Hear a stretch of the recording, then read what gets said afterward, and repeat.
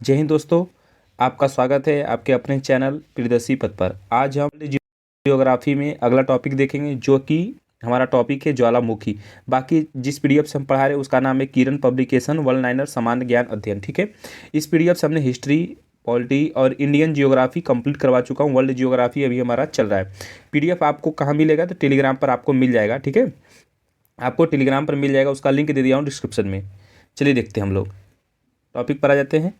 ज्वालामुखी, पहला क्वेश्चन क्या बनता है इससे? देखो, डाई क्या है?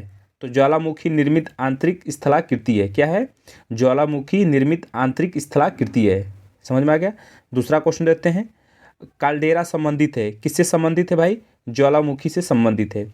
अगला क्वेश्चन देते हैं, वह कौन सा महाद्वीप है जहाँ एक भी ज्वालामुखी नहीं है? तो कौन सा महाद्वीप है? तो ऑस्ट्रेलिया महाद्वीप। आपको पता है महाद्वीप कितने होते हैं? 7 होते हैं। हम किस महाद्वीप में रहते हैं? एशिया महाद्वीप में रहते हैं। ठीक है, अगला क्वेश्चन थे, अग्निवलय यानी कि सर्कल ऑफ फायर किसे कहा जाता है? तो प्रशांत परिमेखला को कहा जाता है। अगला क्वेश्चन देते हैं, लैकोलिथ संबंधित है, किससे संबंधित है भाई? तो ज्वालामुखी से संबंधित। देखो यहाँ पर सवाल दिया है, देखो लैकोलिथ संबंधित है ज्वालामुखी से, और काल्डेरा किससे संबंधित है? तो ये भी ज्वालामुखी से संबंधित है।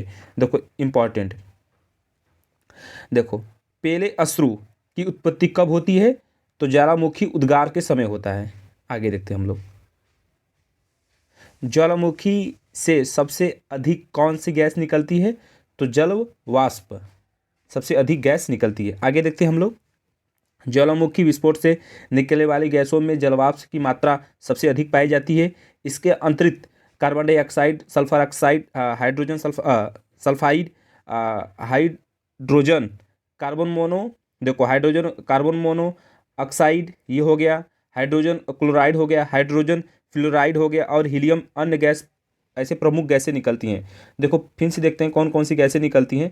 देखो जैसे ज्वालामुखी विस्फोट होता है, तो देखो पहला तो हमारा जल वाष्प हो गया, सबसे अधिक निकलता है। देखो यहाँ पर दिया भी है। इसके अतिरिक्त देखो कार्बन डाइऑक्साइड हो गया, सल्फर ऑक्साइड हो गया, ये हो गया, हाइड्रोजन सल्फाइड हो गया, ये हो गया, हाइड्रोजन कार्बन मोनोऑक्साइड हो गया, देखो यहाँ पर ये हो गया, हाइड्रोजन क्लोराइड हो गया, हाइड्रोजन फ्यूराइड हो गया, फिर नेक्स्ट हमारा हीलियम हो गया। समझ में आ गया? तो इतनी होती है जब ज्वालामुखी जब विस्फोट करता है, तो इतनी सारी गैसें निकलती हैं। इधर देखते हैं, हाँ बस आगे देखते हैं। लावा के, देखो लावा के ठोस होने के फलस्वरूप पृथ्वी के अंदर निर्मित चट्टानों को क्या कहते हैं? तो प्लूटोनिक चट्टान कहते हैं। क्या कहते हैं? प्लूटोनिक चट्टान कहते हैं। अगला क्वेश्चन, ज्वालामुखी पर्वत माउंट सेंट हेलेंस कहाँ पर स्थित है? संयुक्त राज्य अमेरिका में है। जो ज्वालामुखी है माउंट सेंट हेलेंस कहाँ पर स्थित है? तो आप बताएंगे संयुक्त राज्य अमेरिका। बहुत ही इंपॉर्टेंट है भाई। देखो मौना लोवा एक सक्रिय ज्वालामुखी है, तो कहाँ, अलास्का में है कि इटली में है कि जापान में है कि हवाई द्वीप? देखो हवाई द्वीप है, जो कि इधर आता है, संयुक्त राज्य अमेरिका का ही हिस्सा है। ठीक है, एक प्रांत भी है, जो कि अगर अमेरिका देखेंगे ना तो ये यहीं पर है, एक हवाई द्वीप है, तो यहीं पर होगा, हवाई प्रांत, हवाई द्वीप भी है। ठीक है, आगे देते हैं, संसार का सर्वाधिक सक्रिय ज्वालामुखी कौन सा है? संसार का सर्वाधिक सक्रिय ज्वालामुखी कौन सा है? किलाऊ है। कौन सा है? किलाऊ है। अगला क्वेश्चन देते हैं हम लोग, इधर आ गया, ज्वालामुखी में जलवाष्प के अलावा मुख्य कौन कौन सी गैसें निकलती? अभी हमने देखा कार्बन डाइऑक्साइड हो गया, हाइड्रोजन हो गया और नाइट्रोजन हो गया। सबसे अधिक अगर पूछेगा तो जलवाष्प हो गया। अगला क्वेश्चन देते हैं, विश्व के अधिकांश सक्रिय ज्वालामुखी पाए जाते हैं कहाँ पर? पाए जाते हैं नवीन मोड़दार पर्वतीय क्षेत्रों में पाए जाते हैं। ठीक है, ऐसे क्षेत्रों में सक्रिय ज्वालामुखी अधिकांश मिलते हैं। अगला क्वेश्चन देते हैं, प्रशांत महासागर के चारों तरफ स्थित ज्वालामुखी की पेटी को क्या कहा जाता है? तो अग्नि श्रृंखला कहा जाता है। देखो प्रशांत महासागर, अब समझना, ये देखो हमारा पूरा वर्ल्ड मैप बना दे रहे हैं ना, ये देखो इधर अमेरिका है, उत्तरी अमेरिका और दक्षिणी अमेरिका जो कि महाद्वीप है, तो ये वाला कौन सा आता है? प्रशांत महासागर आता है, ये वाला। ठीक है, इधर आ गया अंटार्कटिक महासागर, ये अपना हिंद महासागर। समझ में आ गया? तो ये प्रशांत महासागर है। इधर इन दोनों के वजह कि अगर उत्तरी अमेरिका और दक्षिणी अमेरिका की इधर साइड में जो होता है वो प्रशांत महासागर आता है। ये जाकर मैप इस तरह जुड़ जाता है। देखो फिर से देख लेते हैं सवाल, प्रशांत महासागर के चारों तरफ स्थित ज्वालामुखी की पेटी को क्या कहा जाता है? तो आप बताएंगे अग्नि श्रृंखला कहा जाता है। इसी को हम नहीं बोल पाए थे। अगला क्वेश्चन देते हैं, लंबे समय तक शांत रहने के पश्चात विस्फोट होने वाली ज्वालामुखी क्या कहलाते हैं? तो सुषुप्त ज्वालामुखी कहलाते हैं। समझ में आ गया? तो सुषुप्त ज्वालामुखी किसे कहते हैं? तो वैसे ज्वालामुखी जो लंबे समय तक क्या रहते हैं, शांत रहते हैं, फिर तुरंत क्या हो जाते हैं, विस्फोट कर देते हैं। आगे देखते हैं, किसे प्रकृति का सुरक्षा वाल्व कहा जाता है? तो ज्वालामुखी को कहा जाता है। देखो बहुत इंपॉर्टेंट है भाई। अगला क्वेश्चन, किस ज्वालामुखी में अक्सर उद्गार होती रहती है? तो आग्रत ज्वालामुखी में होती रहती है। अगला क्वेश्चन, क्रेटर तथा कोल्डेरा स्थलाकृतियाँ किससे संबंधित है? तो ज्वालामुखी क्रिया से संबंधित है। आगे देते हैं, कोटोपैक्सी कहाँ पर स्थित है? देखो कोटोपैक्सी कहाँ पर स्थित है? इक्वाडोर में। कहाँ पर भाई? इक्वाडोर। आगे देते हैं, देखो इधर क्वेश्चन, ज्वालामुखी की सक्रियता अधिक पाई जाती है कहाँ पर? जापान में। जापान पे मतलब जापान में ज़्यादा सक्रिय ज्वालामुखी पाई जाती हैं। अगला क्वेश्चन है, संसार का सर्वाधिक सक्रिय ज्वालामुखी किलाऊ में है। देखो संसार का सर्वाधिक सक्रिय ज्वालामुखी कौन सा है?